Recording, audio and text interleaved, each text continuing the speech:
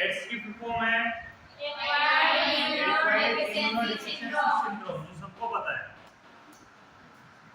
ये किस वायरस की वजह से होता है? एचआईवी। एचआईवी की फुल फॉर्म क्या है? Human immuno virus. दोनों की डेफिनेशन आप क्लियरली पता है, ठीक है। इनकी फुल फॉर्म भी आपको पता है। एचआईवी क्या होता है, एड्स क्या होता है, ये भी आप जानते हो सारे, फिर भी आप इसके अंदर लिख लो। एड्स के अंदर लिखना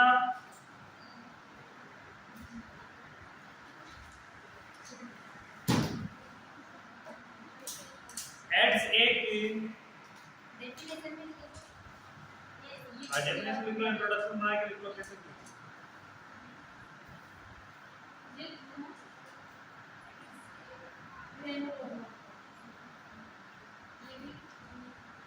यह एक यौन संचारी रोग है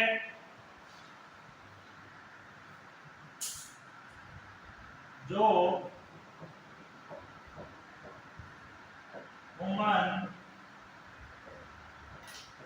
immuno deficiency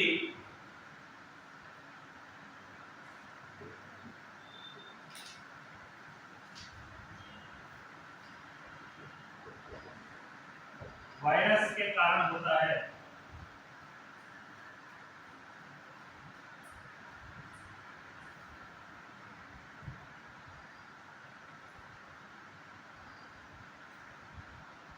human immunodeficiency virus के कारण होता है।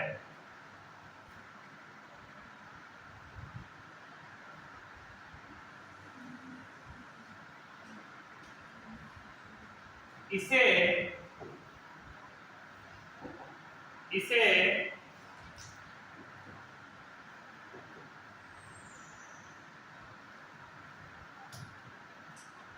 लिम्फेडेनोपैथी वायरस भी कहते हैं।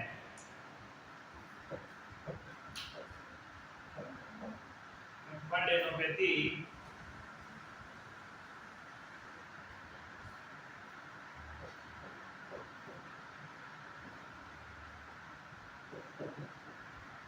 वायरस भी कहते हैं।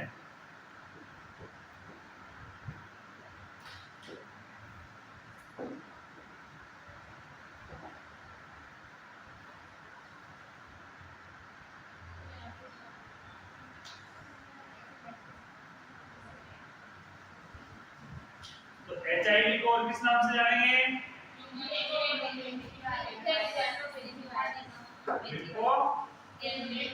लिम्फेडेनोपैथी वायरस के नाम से भी इसी को जाना जाता है। यानी कि ये शब्द आता है तभी ये कौन सा है? एचआईवी का ही नाम है। किसका नाम है ये? एचआईवी का नाम है। एचआईवी की फॉर्म क्या है? Human immunodeficiency virus. वो इसको ह्यूमन इम्यूनो वायरस भी बोलते हैं, लेकिन full definition human immuno virus नहीं होता, डेफिशिएंसी वायरस के साथ होता है, ठीक है। एड्स को जैसे जोड़ते हैं अपन, acquired immunodeficiency syndrome, acquired immunodeficiency syndrome, ठीक है। आगे लिखना HIV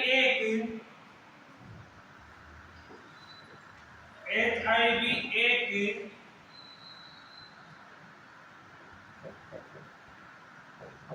single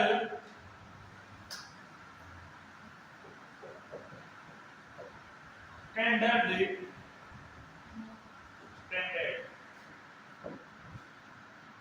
single standard RNA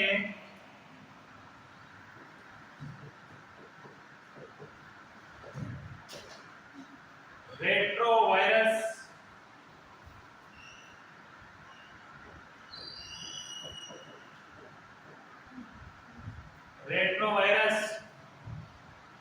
है।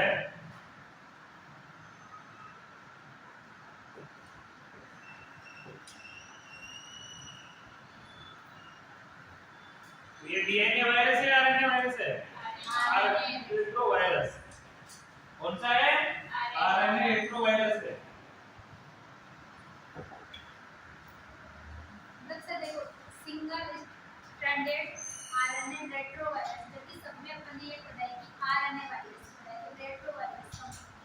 तो इसके स्पेशल है। आरएनए वायरस जो पढ़ा है अपन ने वो सिर्फ आरएनए वायरस है, लेकिन इसका कोई स्पेशल है। आरएनए भी एक प्रकार का थोड़ी ना है, ये अलग प्रकार का है, जिसमें जिसमें रिवर्स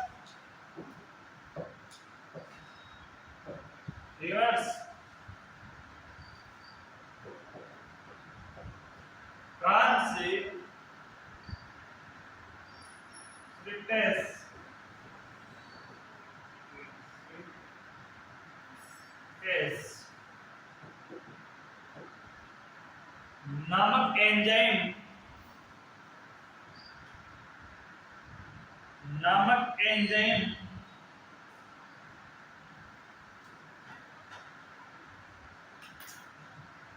पाया जाता है।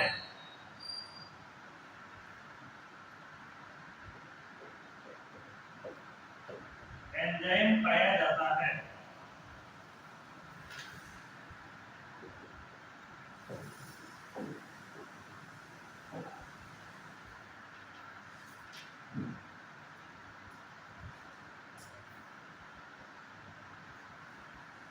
इसकी सहायता से ये आरएनए, इसकी सहायता से यह आरएनए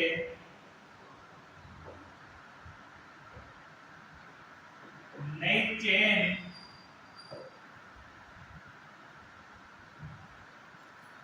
का निर्माण करता है।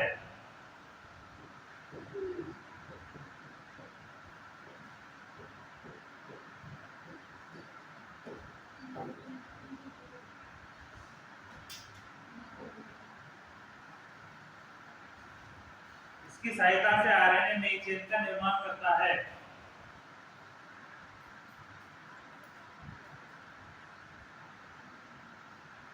एवं डीएनए में परिवर्तित हो जाता है। एवं डीएनए में परिवर्तित हो जाता है।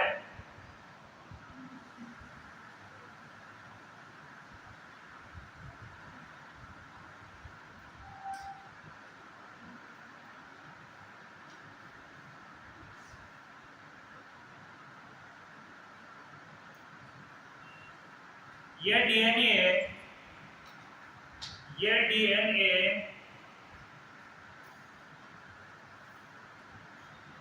मनुष्य के शरीर में डीएनए के साथ, या मनुष्य के शरीर में उपस्थित डीएनए के साथ,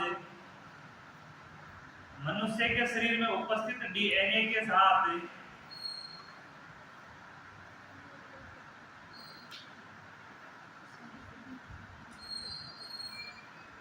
संयोजित हो जाता है। यह डीएनए मनुष्य के जीवन में मनुष्य के शरीर में उपस्थित डीएनए के साथ संयोजित हो जाता है।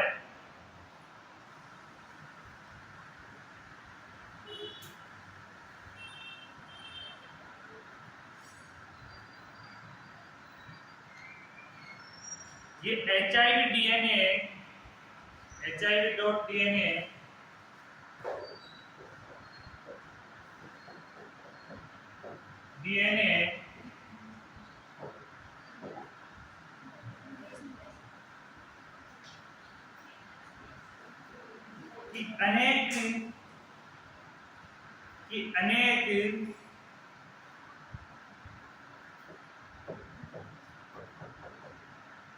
की अनेक डुप्लीकेट कॉपीज तैयार करवाता है। कॉपीज तैयार करवाता है।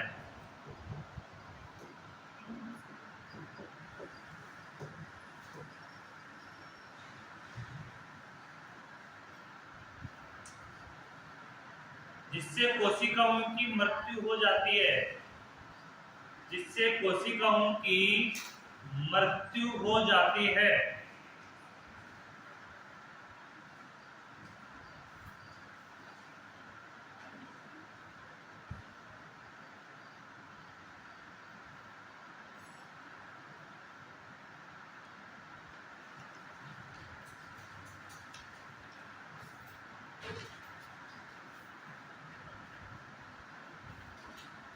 HIV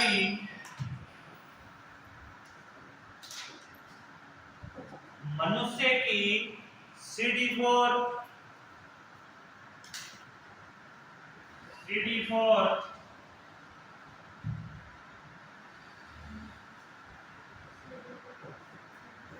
T हेल्पर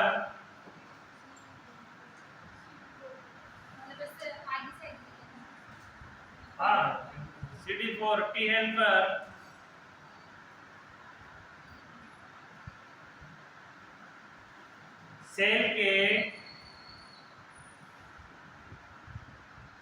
सेल्स के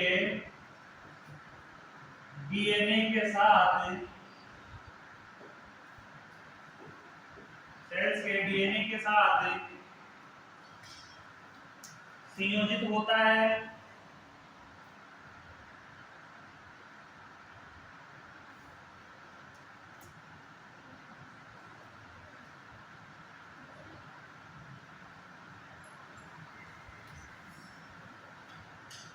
इस वायरस के विरुद्ध इस वायरस के विरुद्ध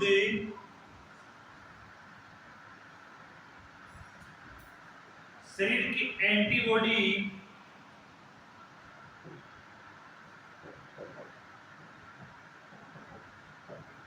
एंटीबॉडीज निष्क्रिय रहती है।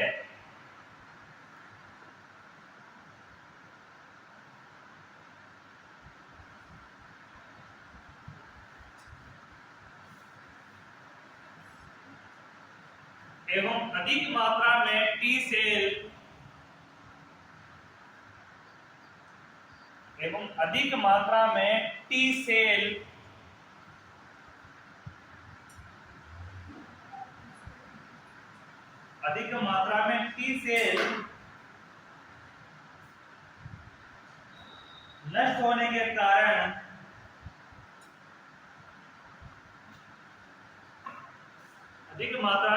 सेल नष्ट होने के कारण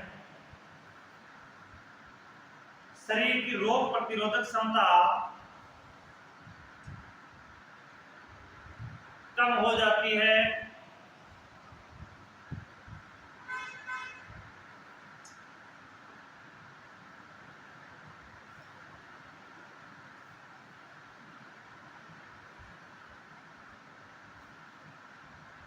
जिससे पेशेंट को अनेक प्रकार के संक्रमण हो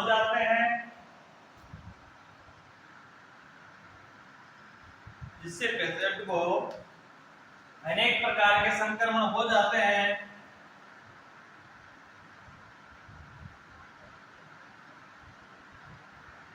एवं जिनके कारण धीरे धीरे रोगी की मृत्यु हो जाती है।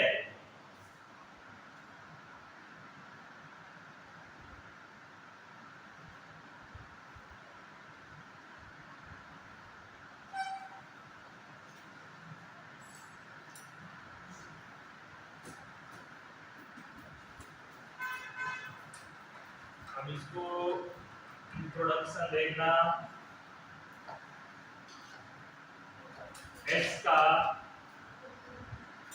एड्स की फॉर्म क्या है? Acquired immunodeficiency syndrome. ये एक संचारी रोग है, ये भी आप सभी जानते हो। तो ये किस वायरस के कारण होता है ये भी आप समझाते हो। किस वायरस के कारण होता है? HIV वायरस के कारण। किसके कारण होता है? HIV वायरस के कारण। HIV वायरस को किस नाम से जानते हैं? पैनोवेटी वायरस के नाम से भी जानते हैं। यहाँ पे क्लियर है? ये virus single strand RNA retrovirus है। कौन सा वायरस ये? RNA retrovirus. कौन से प्रकार का? सिंगल स्ट्रैंडेड आरएनए वायरस है, रेट्रोवायरस है। ये रिवर्स ट्रांसक्रिप्शन एंजाइम, इसके अंदर कौन सा एंजाइम पाया जाता है? एंजाइम पाया जाता है। इस एंजाइम के कारण कारण ये आरएनए नई चेन का निर्माण करता है। ये एंजाइम की वजह से ये आरएनए किसका निर्माण करता है? नई चेन का निर्माण करता है। और ये नई चेन किसमें परिवर्तित हो जाती है? डीएनए में परिवर्तित हो जाती है। किसमें परिवर्तित हो जाती है? डीएनए में। जब एचआईवी डीएनए अपनी डुप्लीकेट कॉपी तैयार करता है, बॉडी के अंदर क्या तैयार करता है? Duplicate copy. एचआईवी है प्लस जो आरएनए से डीएनए बनेगा, ये अपने जैसे डुप्लीकेट कॉपी का मतलब क्या होगा? जेरोक्स, अपनी सेम स्थिति के नई तैयार करना, यानी अपने जैसे और भी तैयार करना। ये अपने जैसे और भी वायरस तैयार करेगा, तो ये तैयार करने की वजह से एचआईवी कारण क्या नष्ट होने लग जाएगी? CD4 और T हेल्पर सेल नष्ट होने लग जाएगी। अब ये नष्ट होने लग जाएगी, ये नष्ट होने के कारण अपनी बॉडी की एंटीबॉडी क्या हो जाएगी? कम हो जाएगी। अपनी एंटीबॉडी कम हो जाएगी। एंटीबॉडी कम होने के कारण इसमें और अधिक बढ़ने के कारण टी सेल भी नष्ट होगी। टी सेल अधिक नष्ट होने के कारण रोग प्रतिरोधक क्षमता कम हो जाएगी। कम होने के कारण व्यक्ति को अधिक संक्रमण लग जाएंगे, यानी प्रतिरोधक क्षमता रहेगी, सारे संक्रमण लगेंगे उसको। उन संक्रमणों की वजह से व्यक्ति की धीरे-धीरे क्या हो जाती है? डेथ हो जाती है, उसकी मृत्यु हो जाती है। समझ में आई चीजें?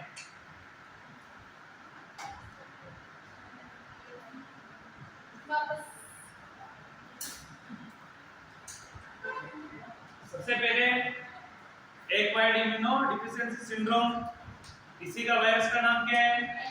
एचआईवी। एचआईवी की फुल फॉर्म क्या है? और इसका दूसरा नाम क्या है? इसका जो आरएनए रेट्रोवायरस है, इसकी प्रवृत्ति क्या है? RNA retrovirus. आरएनए रेट्रोवायरस क्या काम कर रहा है? एक एंजाइम के साथ मिल रहा है। किसके साथ मिल रहा है? एंजाइम के साथ। एंजाइम का नाम क्या है? क्या नाम है? सारे बोलो, क्या नाम है? एंजाइम के साथ मिल रहा है। एंजाइम के साथ मिलकर क्या कर रहा है? ये नई चेन बना रहा है। क्या बना रहा है? नई चेन बना। ये नई चेन किसमें परिवर्तित हो रही है? डीएनए में परिवर्तित। डीएनए में परिवर्तित होकर किसके डीएनए के साथ मिल रही है? मानव के डीएनए के साथ। यदि अपनी बॉडी में तो डीएनए है, प्रत्येक जीव का अलग-अलग डीएनए में आरएनए होता है।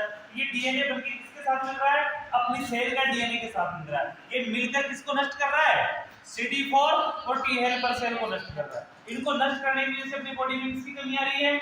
एंटीबॉडी की कमी आ रही है। और टी सेल अधिक नष्ट होने की वजह से क्या कम रोग प्रतिरोधक क्षमता भी क्या होगी? अपनी निष्क्रिय होगी, यानी कि कम होगी। इसकी वजह से अनेक संक्रमण, यानी कि जितने भी मार्केट में संक्रमण चल रहे हैं, वो सारे संक्रमण बॉडी को क्या हो जाते हैं? लग जाते हैं। उन बॉडी को लगने की वजह से व्यक्ति की क्या हो जाती है? धीरे-धीरे मृत्यु हो जाती है।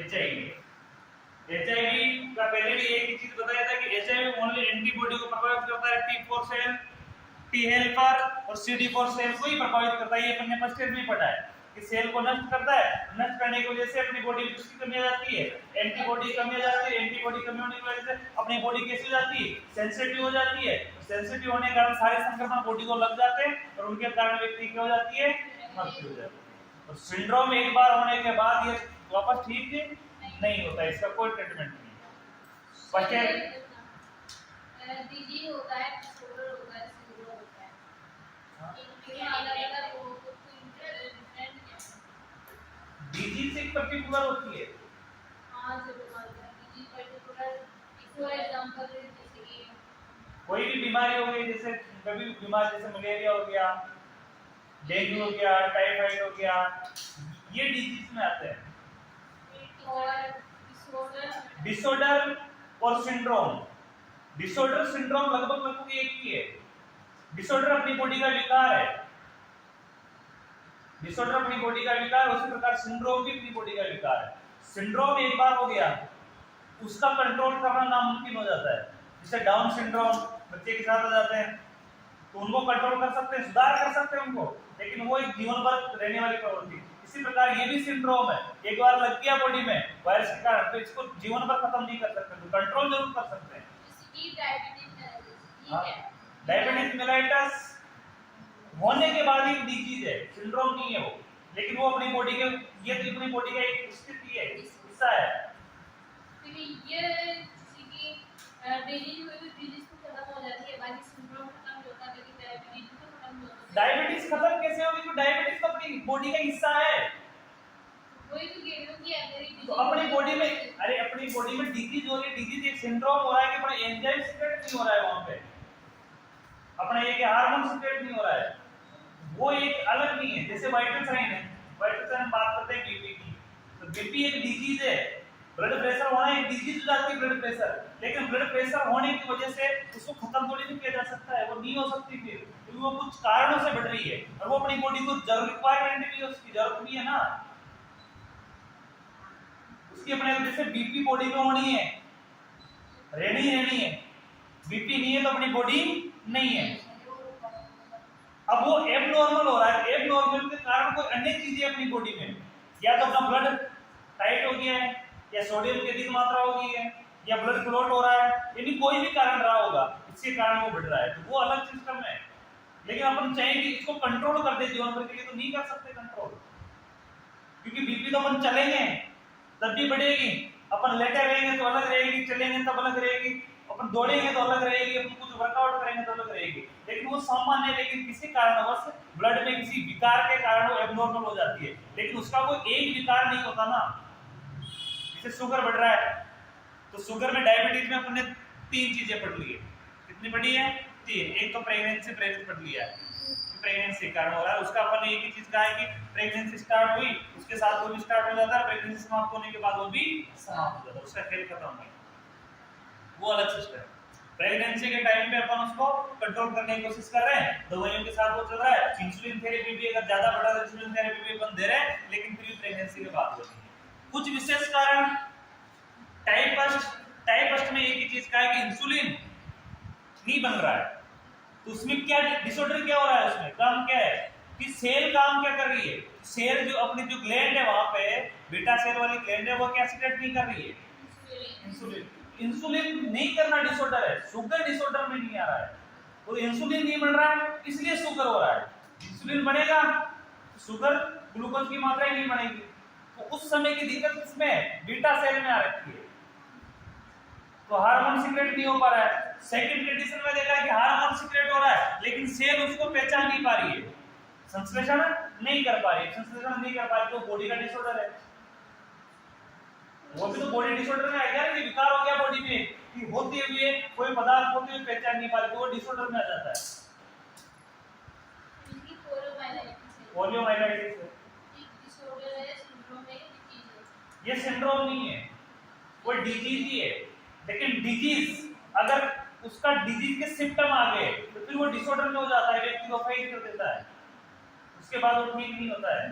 डिसऑर्डर का मतलब बॉडी के किसी भी पार्ट में कोई विकार, बॉडी में विकार, किसी प्रकार का कोई विकार है बॉडी के अंदर वो है। सिंड्रोम बॉडी में कोई विकार नहीं है, वो स्थिति है बॉडी की, सिंड्रोम अलग प्रकार का है। सिंड्रोम कभी दिखाई नहीं देते हैं, विकार दिखाई देंगे आपको, विकार को आप महसूस भी कर सकते हो लेकिन सिंड्रोम को आप महसूस नहीं कर सकते। सिंड्रोम को आप किसी प्रकार से नहीं, जांच के बाद ही पता चलेगा इसमें सिंड्रोम है। सिंड्रोम किसी प्रकार से आप कोई पेशेंट को देखकर नहीं बता सकते, सिंड्रोम को आप आराम से देख के बता सकते हो। डिसऑर्डर को देख ही सकते हो, डिसऑर्डर का अनुभव भी कर सकते हो पेशेंट को डिसऑर्डर है तो, और डिजीज है तब भी आप पता लगा सकते हो, डिजीज को देख सकते हो। अगर इसको एक रूप में देखें तो तीनों डिजीज के रूप ही है, लेकिन स्थिति अलग अलग है, प्रवृत्ति अलग अलग है। ये एमएसएन फर्स्ट एमएसएन सेकंड पढ़ते ना आप, उसमें आपको पता चलता है MSN first medical surgical nursing first और मेडिकल सर्जिकल सेकंड, दोनों में पढ़ते ना आप, उसमें आपको पता चलता है कौन से मानसिक। अब साइकोलॉजी की बात करें, मानसिक रोग सारे सिंड्रोम और डिसऑर्डर के अंदर ही आते हैं, डिजीज कोई से है ही नहीं इसमें। ये साइकोलॉजी के पढ़ते हैं ना अपन, तो साइकोलॉजी में सारे सिंड्रोम और डिसऑर्डर ही पढ़ते हैं, जिसके अंदर किसी को ऐसा डिसऑर्डर हो जाता है ब्रेन को हमेशा गुस्सा आना, उसको किस सिस्टम कंट्रोल, उसका एक ही ट्रीटमेंट है, कोई दवाई नहीं है उसकी दवाई एक ही दवाई होती है, उसको नींद पूरी दिलाओ तो कतरा शांति रहेगी, तो नींद की कैप्सूल दिया जाता है, इसके अलावा कोई उसका ट्रीटमेंट ही नहीं है।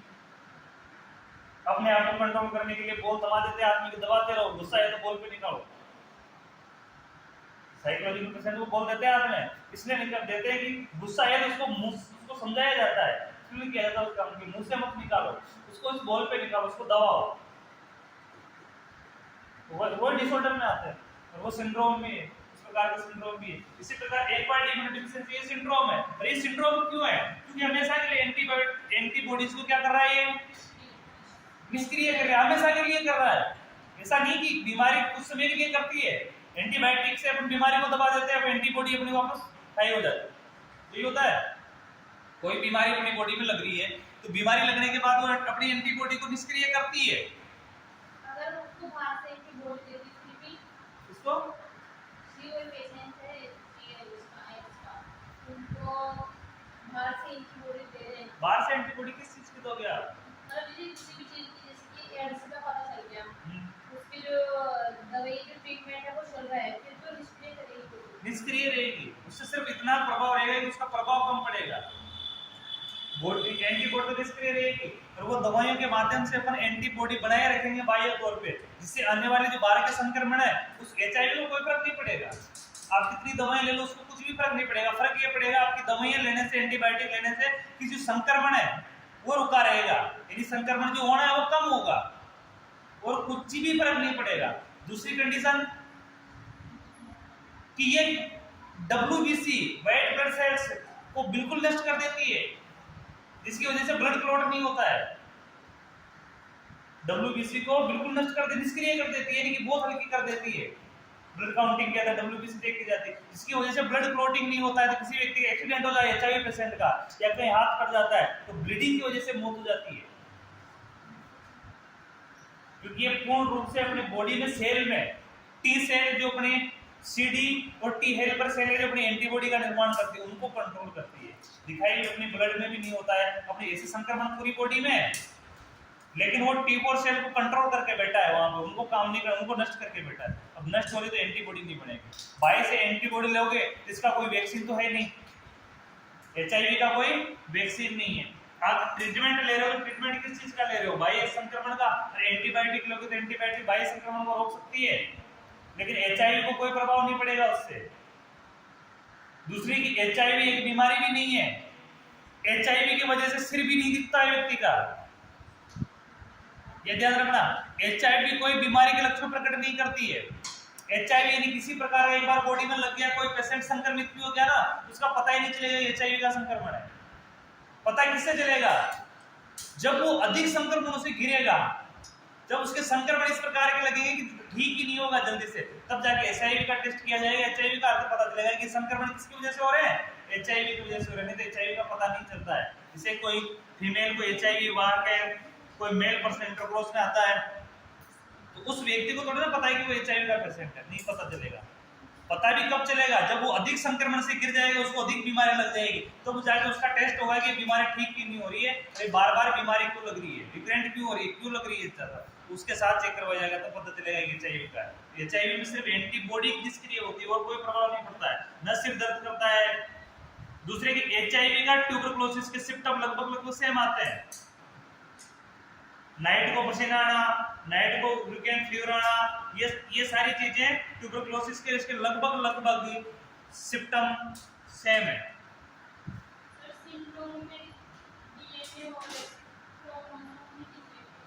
क्रोमोसोम डिफेक्ट होते हैं। क्रोमोसोम अलग चीजें, डीएनए आरएनए अलग चीजें। तो ये इसमें सिंड्रोम में डीएनए क्रोमोसोम यही होते हैं जो बाह्य रूप से अपने को दिखते नहीं है। वो उसका अपनी बॉडी को पता ही नहीं चलता कि इसमें स्थिति है वो। इसी प्रकार सिंड्रोम है। डिसऑर्डर तो वह कि अपनी बॉडी का कोई सा काम नहीं कर रहा है, किसी विषय में किसी प्रकार अवरोध हो गया तो वो डिसऑर्डर कहेगा। उसको शोध भी बोलते हैं अपन, डिसऑर्डर को शोध भी बोला जाता है, रुकावट भी बोला जाता है। शोध बोल सकते हैं, रुकावट बोल सकते हैं। और उसी चीज में किसके कारण हो रहा है? तो अधिकतर कारण होता है डिसऑर्डर का इन्फ्लेमेशन। डिसऑर्डर का अधिकतर 90% कारण क्या होता है? Internal inflammation. इन्फ्लेमेशन में वही अवरोध शोध हो जाता है उसका। और डिसऑर्डर को अपन ठीक भी कर सकते हैं। डिसऑर्डर को ऐसी बीमारी नहीं है जिसको अपन ठीक ही नहीं कर सकते, लेकिन सिंड्रोम को आप नहीं कर सकते हो। डिसऑर्डर एक मानो तो एक बीमारी का बड़ा रूप ही होता है। डिसऑर्डर को ठीक कर सकते हैं, डिसऑर्डर तो ठीक हो जाते हैं। जैसे कि पोलियो है, कोई बीमारी है उससे उसको डिसऑर्डर हो गया, जैसे कि अपाइज हो गया, या फिर वो हाँ अपाइज हो गया मान लो, जैसे कि एक मतलब पार्ट काम कर रहा नहीं है तो ठीक हो जाएगा। पार्ट पे पोलियो पैरालाइसिस करता है, पैरालाइज करता है व्यक्ति को। पैरालाइज को अगर समय पे ट्रीटमेंट मिलेगा ना तो ठीक होगा। समय पे ट्रीटमेंट मिलता है तो सब ठीक होते हैं। वो तो ट्रीटमेंट ही नहीं करवाया, जब अंग ही खराब होने लग जाते हैं ना, उसके बाद उसका कोई इलाज नहीं है। पोलियो की बीमारी एक हद तक ठीक होती है। व्यक्ति पोलियो की बीमारी नहीं, अन्य बीमारी की वजह से भी बहुत से व्यक्तियों को क्या हो जाता है, पैरालाइज हो जाते हैं, वृद्धावस्था में हो जाते हैं, बहुत से एजेंट में हो जाते हैं, वो ठीक नहीं होते। क्या होते हैं, 6 महीने लगते हैं उनको, लेकिन ठीक होते हैं, वापस चलते भी हो। और जिनको अच्छा ट्रीटमेंट मिले और अच्छा एक्सरसाइज मिले ना, तो उनकी स्थिति वही हो जाती है जो पहले वाली थी, कोई प्रॉब्लम नहीं रहती। ये पता नहीं चलता कि पैरालाइज हुआ था क्या। और जिसको ट्रीटमेंट से नहीं होता है वो लाठी के सहारे चलते रहते हैं। तो ऐसा नहीं कि पैरालाइज हो गया तो जिंदगी भर चलेगा ही नहीं, वो चलता है, लेकिन उसके लिए मेहनत, एक्सरसाइज, ट्रीटमेंट दोनों चीज की जरूरत होती है। फिजियोथेरेपी की जरूरत होती है उस समय, फिजियोथेरेपी तो, क्योंकि ये सारे नर्वों का काम है। और पोलियो की बीमारी भी इसी प्रकार की होती है। लेकिन पोलियो की बीमारी में एक मान के चलोगे, जैसे स्टार्टिंग में अपने को लगा कि पैर काम नहीं कर रहा है, पोलियो में एक अंग कोई सा भी प्रभावित होता है जैसे पैर काम नहीं कर रहा है, उस समय ट्रीटमेंट लेंगे तो वो अच्छे से ठीक होगा। लेकिन जब ये पैर इसकी अपेक्षा से पतला होने लग गया है, उसके बाद ठीक करना चाहोगे तो फिर वो नहीं होगा। पोलियो में समान अंग नहीं होते हैं, पोलियो में कभी समान अंग नहीं होते। जब तक समान है तब तक ठीक होते हैं, जब तक अंग समान है तब तक ठीक होंगे। लेकिन एक विशेष करके अगर कोई पोलियो का पेशेंट हो जिसको आपने देखा हो कहीं, उसका एक अंग की अपेक्षा दूसरा अंग बिल्कुल हल्का होगा, मांस ही नहीं होगा, हड्डी हो जैसा बिल्कुल पतला होगा, कमजोर पतला है। इसलिए तो पोलियो, तो वो एक उसको ठीक करना चाहिए तो वो नहीं होता है फिर। लेकिन वो विकार स्टार्टिंग से जन्मजात तो नहीं है, पहले तो दोनों पैर सही रहे होंगे, बराबर रहे होंगे, उससे भी ट्रीटमेंट मिलता तो आराम से ठीक हो सकता था। शुरुआती टाइम में सारी बीमारियां ठीक होती है, लेकिन बाद में कोई सी बीमारी ठीक नहीं होती है। दूसरी कंडीशन कि एचआईवी का भी समय पे पता चल जाएगा तो एचआईवी को कंट्रोल किया जा सकता है, ठीक नहीं जड़ से खत्म नहीं होती है, लेकिन एचआईवी को कंट्रोल कर सकते हैं, पर इसकी ग्रोथ को रोक सकते हैं। बॉडी में रहेगी लेकिन क्या नहीं हो पाएगी, इसमें उसकी ग्रोथ नहीं हो, इसका डेवलपमेंट नहीं हो पाएगा, इसकी जो कॉपीज है वो नहीं बन पाएगी। आगे लिखा mode of transmission,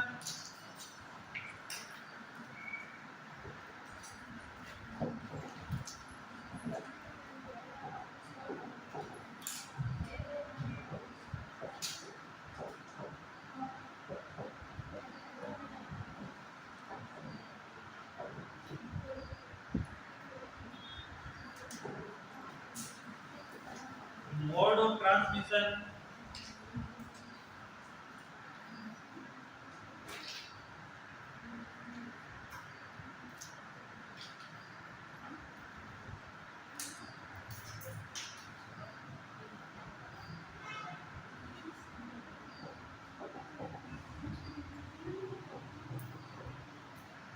sexual contact,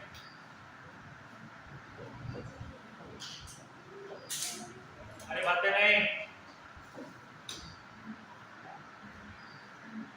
sexual contact,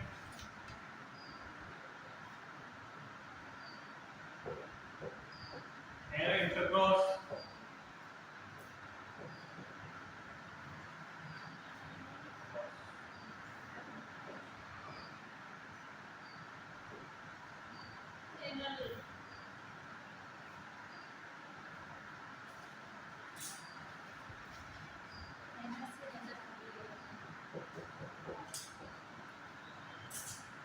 exposure, exposure to infected,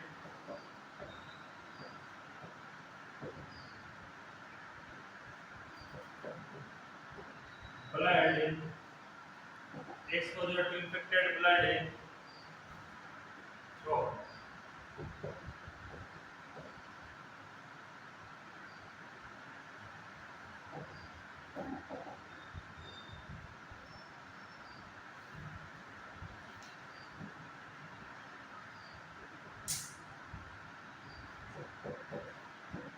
blood in transfusion,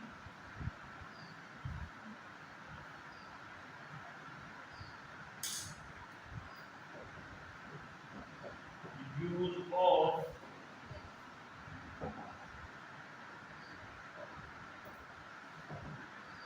infected needle,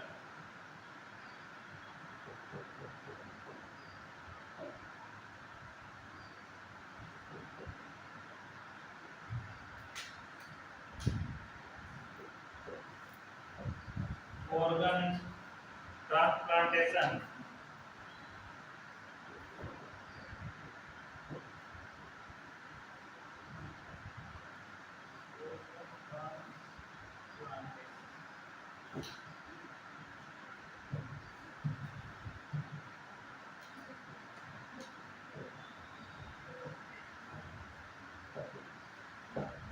Organ transplantation.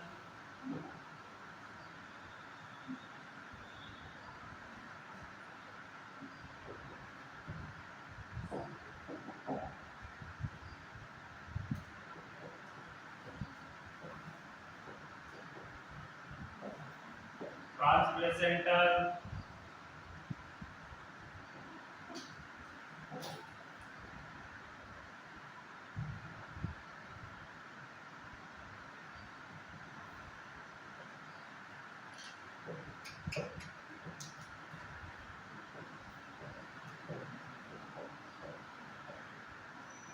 Male to female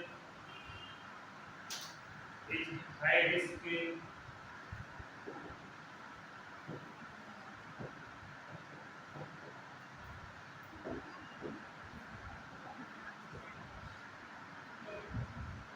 Breastfeeding.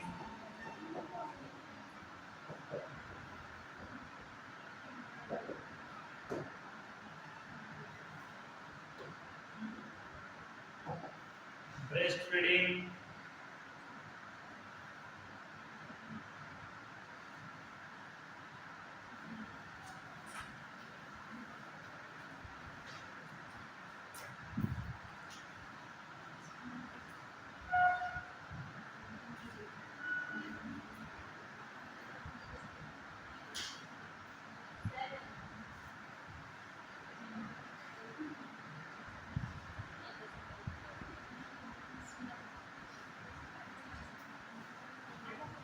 आगे का इसमें क्लिनिकल फीचर्स.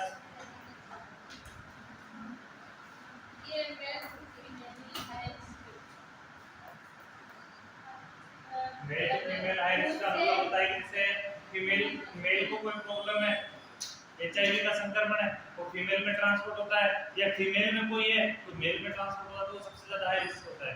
दूसरी कंडीशन की एचआईवी में अपन ने पहले भी पढ़ा है, फर्स्ट ईयर में भी, एचआईवी की 90% फीमेल ओनली वार्ड होती है. एचआईवी का फीमेल में बहुत कम फर्क पड़ता है. एचआईवी फीमेल बॉडी में हेवी भी बहुत कम होती है, 90% नहीं होती है. ये किसका रूप है? ओनली बाहर का रूप है. लेकिन जितने भी मेल पर्सन सेक्सुअली कांटेक्ट में या ब्लड कांटेक्ट में आते हैं, एचआईवी जैसे किसी अपने कहीं मोटा वगैरह के हल्का सा कट लगा हुआ है, इसमें ब्लड भी नहीं आ रहा है, और एचआईवी पेशेंट के ब्लड को अपन इस प्रकार से दबा लेते हैं, उससे भी ट्रांसपोर्ट होता है. एचआईवी पेशेंट के कहीं ब्लड निकल रहा है, अपन होते ही है कोई पेशेंट की किसी ब्लड निकल रहा हो तो कुछ ही नहीं अपने पास तो उंगली लगा देते हैं उसको दबाने के लिए, लगाते हैं रोकने के लिए. और अपनी बॉडी में भी किसी प्रकार का कट लगा हुआ है, यानी तो ब्लड कांटेक्ट हो सकता है डायरेक्ट, उस व्यक्ति को अपनी बॉडी उससे भी जा सकता है. आपको एक चीज पता हो, पहले गाइडलाइन पढ़ी हो कहीं अखबार में, एक गुजरात में बहुत पुराना केस है. गुजरात में एक बार्बर का काम, नाई का काम करता था कोई व्यक्ति, कहीं का था उसका कोई पता नहीं था, लेकिन काम क्या कर रहा था, उसका संबंध कुछ पाकिस्तान से पकड़ा गया था, पाकिस्तान से बताया गया था उसका, लेकिन उसका भी कोई कन्फर्मेशन नहीं था. उसके पास एक ही चीज थी, एक संक्रमित ब्लेड थी. एचआईवी क्या थी? संक्रमित ब्लेड. उस जो व्यक्ति उसके बाद दाढ़ी कटिंग करवाने जाता था, सबको दाढ़ी कटिंग करने के बाद लास्ट में उस संक्रमित ब्लेड से हल्का सा कट लगा दिया करता था. क्या करता था? हल्का सा कट. जितने भी उसके पास पेशेंट, मेल पेशेंट दाढ़ी कटिंग करवाने आए, लगभग सभी को उसने, जितने भी आए, बहुत सारे आते हैं, जितने भी आए सभी को संक्रमित ब्लेड से कट लगा दिया. सारे किसके पेशेंट हो गए? एचआईवी के पेशेंट. उनका था कि आतंकवाद ऐसे नहीं फैलाया जाए, जैसे फैला बीमारी संक्रमित ही करो. आपको ये पता है कि लॉकडाउन के अंदर भी हुआ था, संक्रमित मास्क वितरित किए गए थे फ्री में. लॉकडाउन के अंदर भी ये प्रक्रिया चालू थी, मास्क थे उस समय. बहुत से बड़ी मान सिटियों के अंदर बहुत से ऐसे लोग जिन्होंने संक्रमित मास्क हो जाते हैं, उनकी वापस से उसको ड्राई क्लीन करने के बाद बिल्कुल वो साफ हो जाता है, लेकिन उसके वायरस जब तक स्टेरिलाइजेशन नहीं करेंगे, डिसइंफेक्शन नहीं करेंगे, तब तक उसका ये कोई नहीं जाता है। उनको साफ करके वापस उसी प्रकार से उसको रख के सड़क में निकलने वाले व्यक्ति को हेल्प के तौर पे मास्क वितरित किए गए। बाद में पता चला कि मास्क वितरित कर रहे हैं तो ये डोनेट नहीं कर रहे हैं, ये बीमारी दे रहे हैं। उसकी परख की गई, उसके बाद उन्हें रोकथाम लगाएगी। इसके बाद गाइडलाइन आई थी कि किसी का दिया हुआ मास्क मत खरीदना, दुकान से ही खरीदना या मेडिकल शॉप से खरीदना। कि नहीं पड़ा आपने उस समय लॉकडाउन में प्रॉब्लम देखा हो? तो दिखाने तो कोई घर पे नहीं आता, वो अपने को देखना पड़ता है। या तो समाचार पत्र में देखेंगे, अखबार में देखेंगे, या कहीं ऐसी लाइन में देखेंगे, तो वहाँ अपने को पता चलेगा। ऐसी बहुत सी घटनाएं होती है देश में, ऐसी घटनाएं जिनको अपने तक तो पता है, पहुंचता ही नहीं है।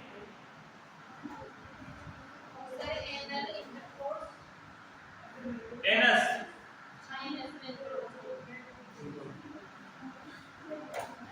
क्लिनिकल फीचर्स,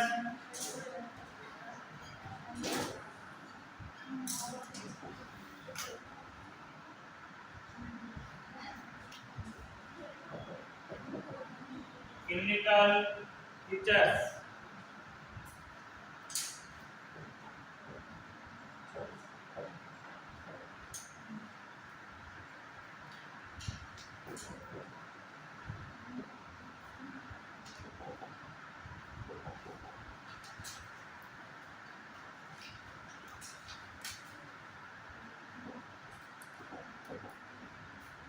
फर्स्ट इसमें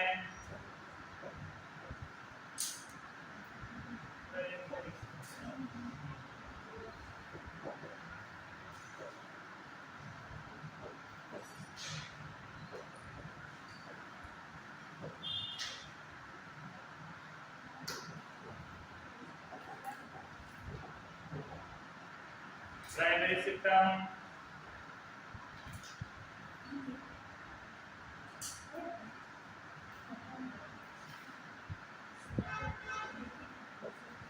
fever,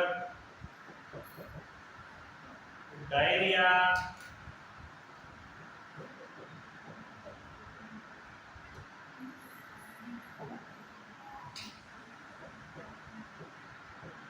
common cold,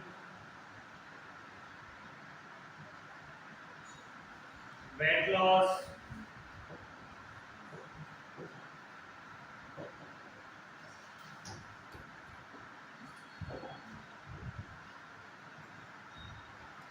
weakness,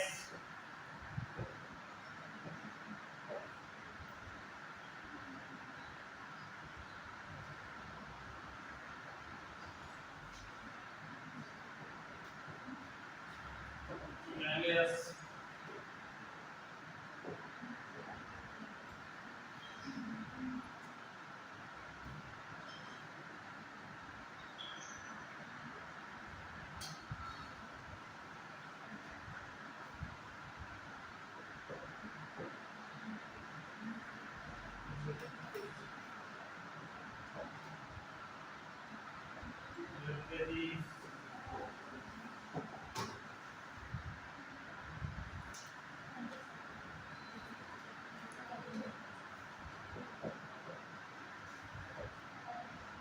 headache, sore throat,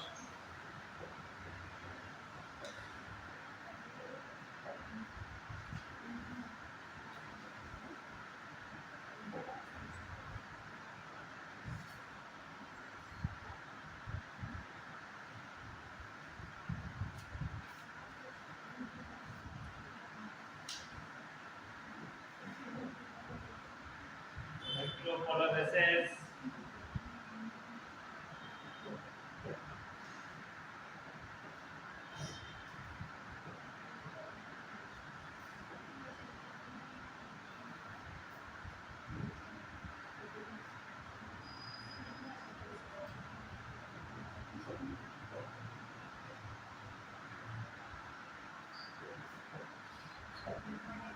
impaired neuropathy.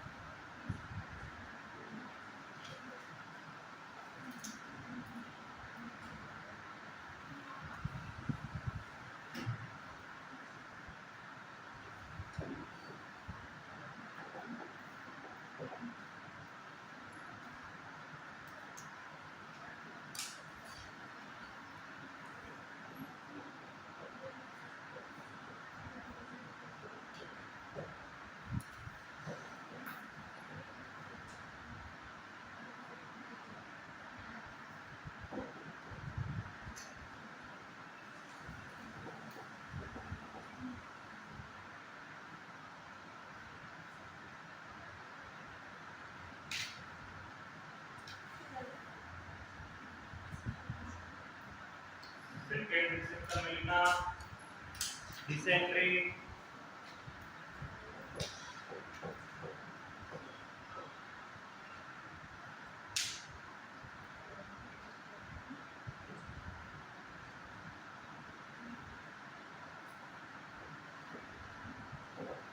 Dysentery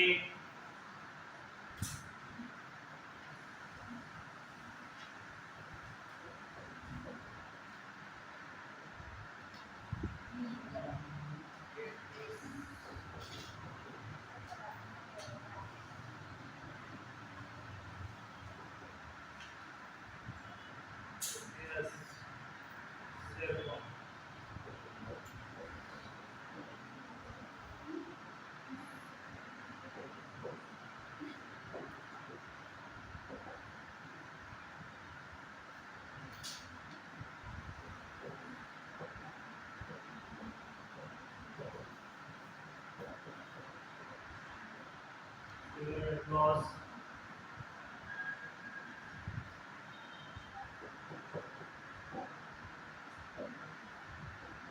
PL का सेल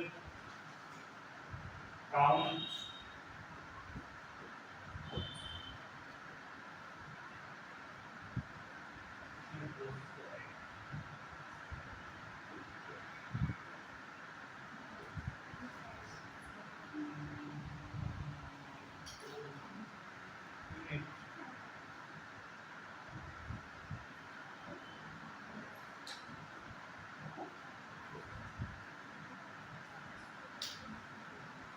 जैसे microgram metre माइक्रोडेट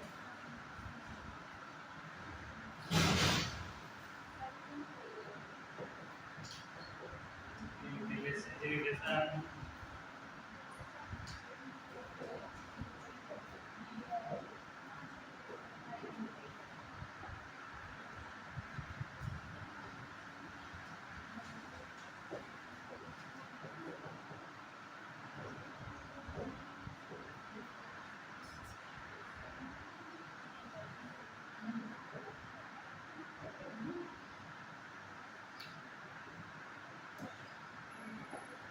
cervical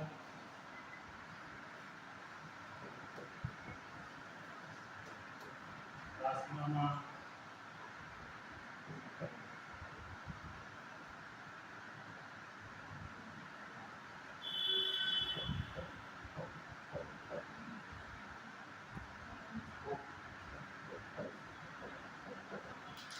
propagation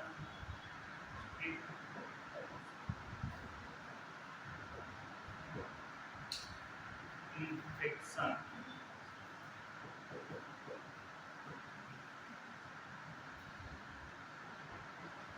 TB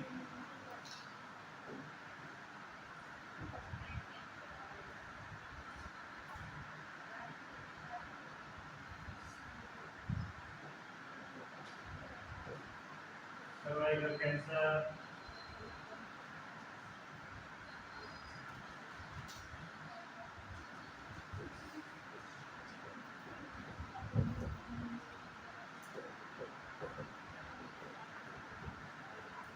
observation संक्रमण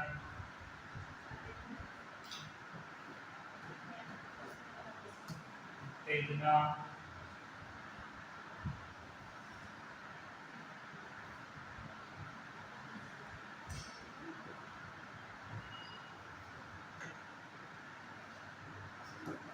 चिड़चिड़ापन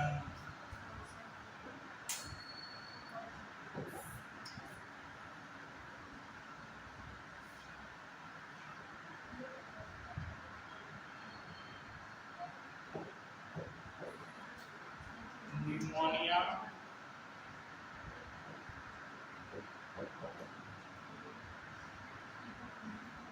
बाइट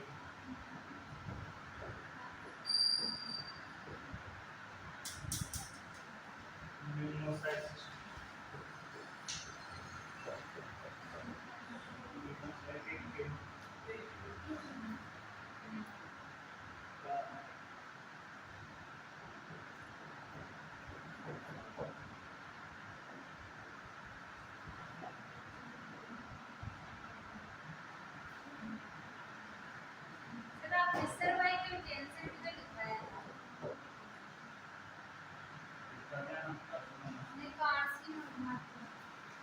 सर्वाइकल कार्सिनोमा को बताया था इसका सर्वाइकल कैंसर है। दो बार पढ़ लेना।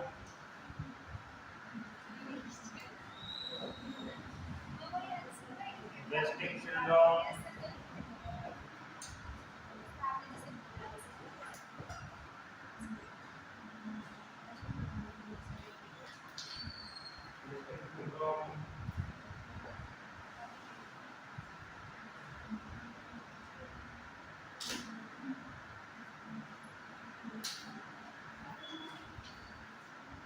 CMV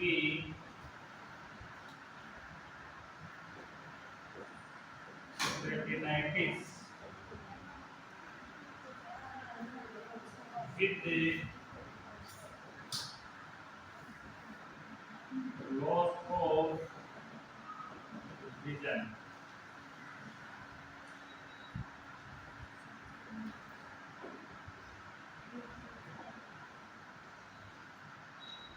Loss of vision.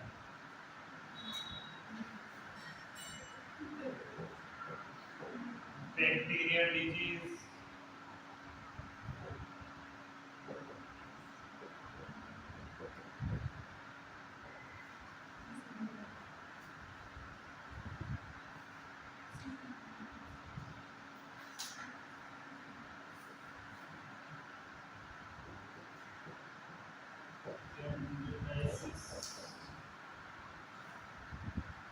of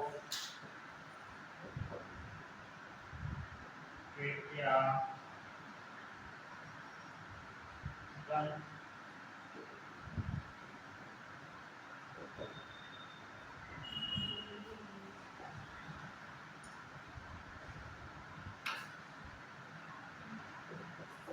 HIV, encephalitis,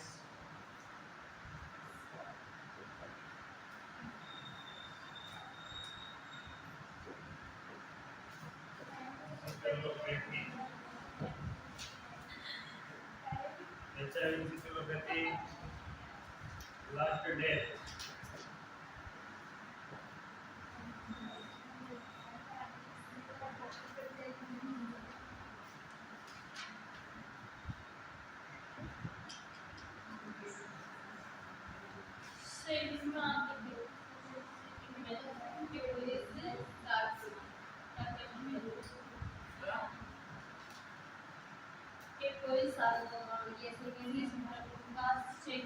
क्या कोई सार्कोमा भी कैंसर का रूप है? कैंसर का है।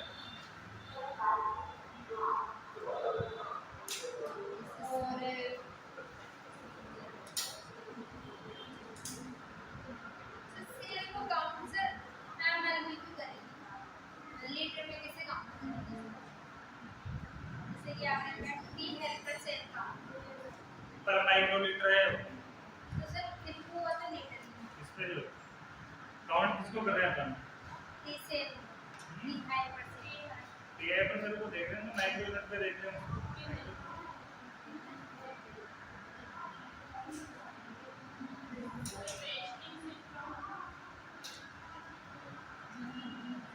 वेस्टिंग सिंड्रोम का मतलब होता है लगातार अपनी बॉडी का 10% वेट लॉस होना।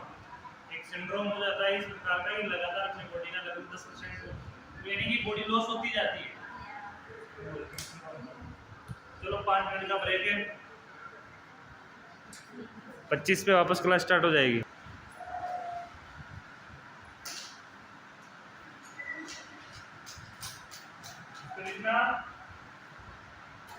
ये एक दुर्लभ कैंसर है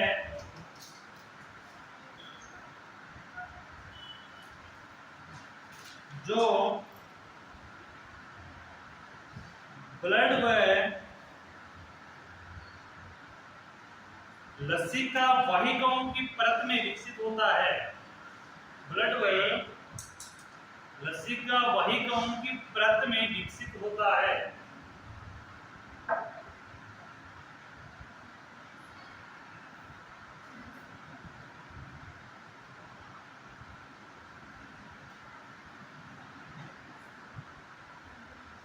जिसमें त्वचा में दर्द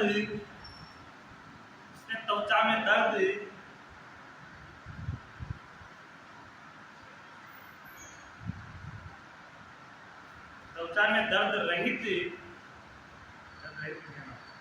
एवं बैंगनी व लाल धब्बे रूप के रूप में दिखाई देता है। बैंगनी व लाल धब्बे के रूप में दिखाई देता है।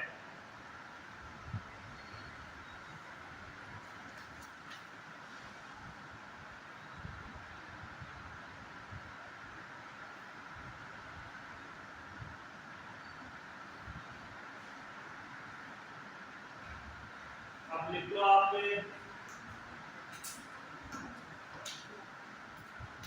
निमोनिया वाला है।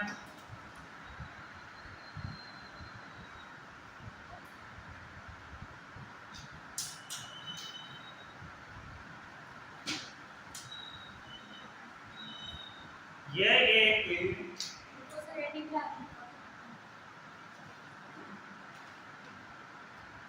इसका जीवाणु का नाम है।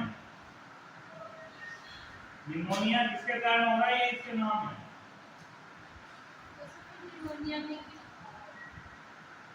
क्या? हाँ, निमोनिया लिख दो ना। यह एक अवसरवादी फंगस संक्रमण है।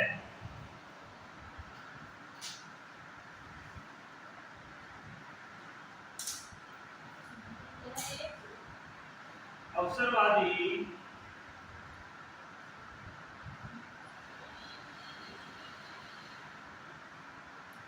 फंगस संक्रमण है या फंगल संक्रमण है। फंगल संक्रमण है।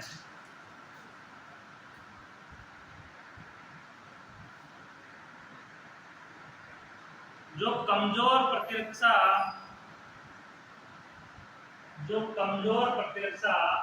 प्रणाली वाले व्यक्तियों में अधिक होता है। कमजोर प्रतिरक्षा प्रणाली वाले व्यक्तियों में अधिक होता है।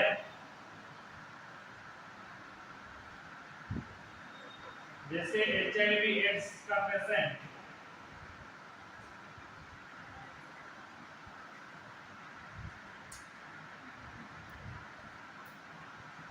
नेक्स्ट कितना वेस्टिंग सिंड्रोम।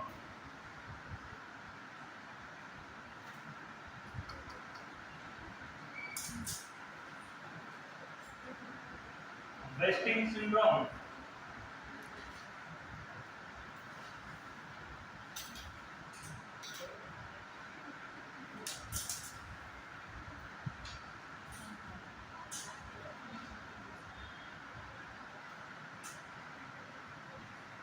शरीर के वजन में, वेस्टिंग सिंड्रोम में लिखना शरीर के वजन में अनैच्छिक रूप से 10% से अधिक की कमी।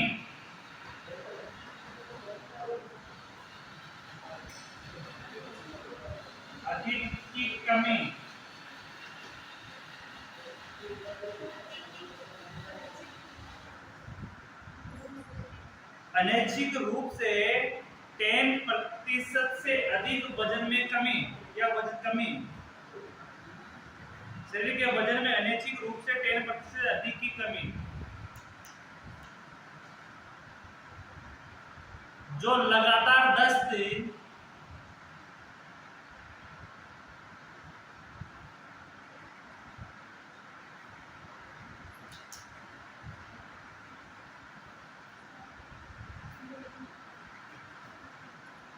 एवं लगातार फीवर,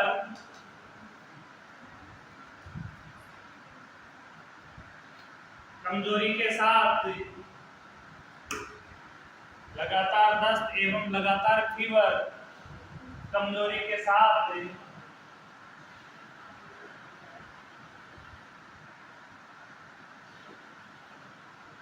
लगभग 30 डेज तक होती है।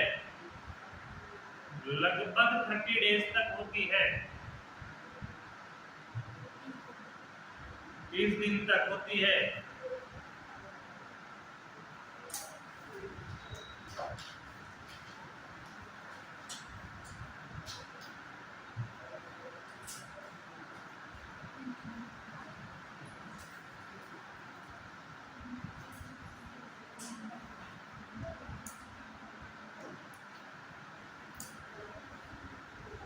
ये गंभीर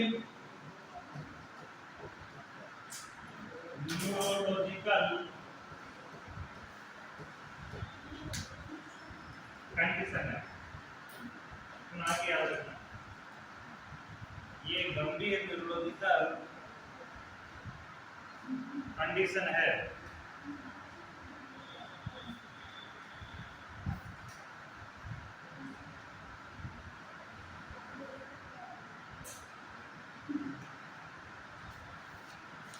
ठीक है, इसके बाद देखो फिर भी किसी का हाथ रह गया हो और भी देख लो किसी का मीनिंग।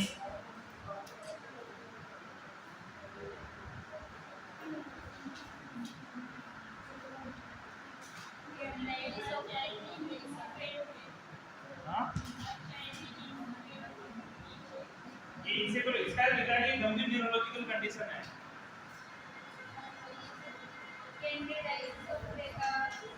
क्या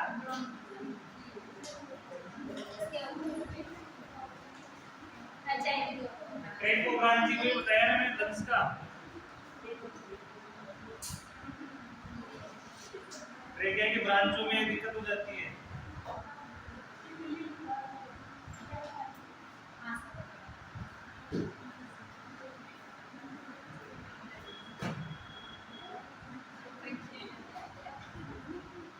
ठीक है।